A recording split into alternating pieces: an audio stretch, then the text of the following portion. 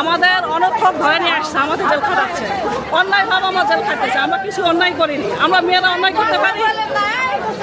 আমরা তো মেয়েরা অন্যায় করতে পারি না। আমার কোলের একটা বাচ্চা আছে, আমার 3 বছরের কোলের একটা বাচ্চা আছে, আমাকে জেলে নিয়ে আসছে। আমরা কোনো অন্যায় করিনি। আমরা কোনো অন্যায় করিনি। আমি একটা বীর মুক্তিযোদ্ধার সন্তান মেয়ে। আমি 6 বার অ্যাক্সিডেন্ট করে অসুস্থ, কোনো কিছুই জানি না।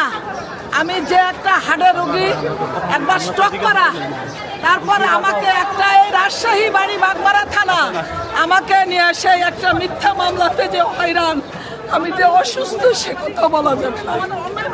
অন্যায়ভাবে আমাদেরকে শাস্তি দেওয়া হচ্ছে, এগুলো করা হচ্ছে। ভাই একটু সামনে থাকে, ভাই সামনে যান। এদিক দিয়ে কোথায় জানো? এদিক দিয়ে ভাই নাকি? হ্যাঁ, আমার বাড়ি রাজশাহী বাগমারা থানা। আমার আব্বা একটা বীর মুক্তিযোদ্ধা, আমি একটা মুক্তিযোদ্ধার সন্তান। হ্যাঁ, আমরা এখানে একটা কথা, আমরা কোনো রাষ্ট্রদ্রোহিতার ছোট কিছু করি নাই, এবং কেউ এটা অন্যায় এবং মিথ্যা মামলা, সব মিথ্যা মামলা। এই যে ছোট ছোট